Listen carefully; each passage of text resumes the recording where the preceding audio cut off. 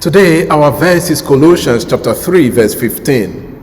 And let the peace of Christ rule in your hearts, to which indeed you were called in one body, and be thankful. At the start of Colossians chapter 3, Paul encourages us to shed the old self and embrace Christ, which is at the heart of every believer's identity. This process of putting on Christ involves letting go of those old tendencies like anger, lust, and idolatry, and instead embracing qualities like compassion, kindness, forgiveness, and love. Paul then beautifully summarizes the Christian life with three guiding commands. First, to let the peace of Christ rule in your hearts. Second, to let the word of Christ dwell richly within you. And third, to do everything in Jesus' name. Our focus here is on the first of these inspiring directives of Paul. Let the peace of Christ rule in your hearts. Peace, eirene in Greek, isn't just about the absence of conflict. It embodies shalom, a sense of wholeness, inner joy, tranquility, and harmony with God and others. This is the very same peace that Jesus Christ shared with his disciples. If you read John chapter 14, verse 27, it's a peace rooted in him, flowing from him, and lived through him. Such peace is unlike anything the world can offer. Therefore, everything we do should bear the mark of Jesus Christ and reflect his love and guidance. Paul encourages the Colossians to let this peace gently guide their hearts.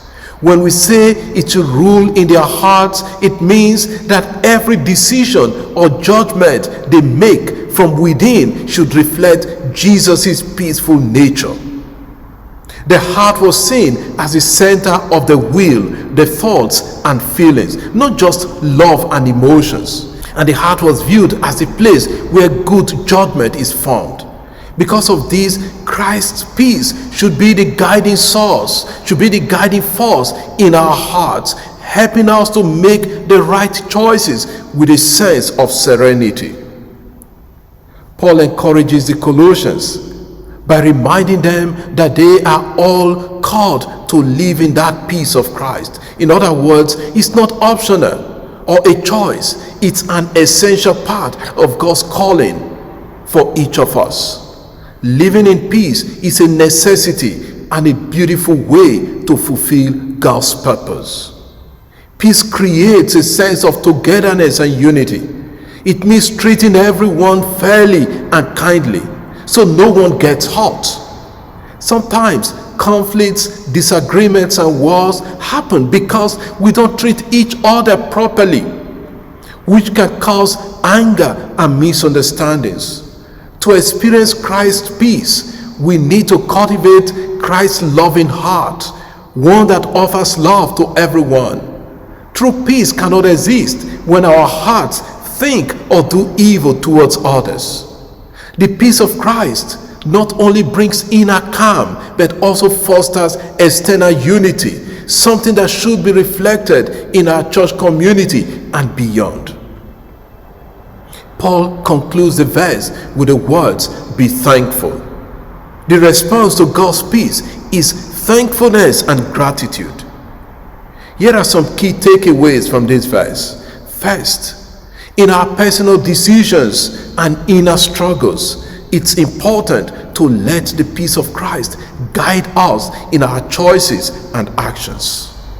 Second, during conflicts, Christ's peace rather than our ego or pride should influence the outcome. We can ask ourselves, what does Christ want us to do right now? Lord, may your peace reign in our hearts. May we be people of peace, live out your peace, and foster harmony everywhere. Amen. God bless you, and I wish you the peace of Christ today and always.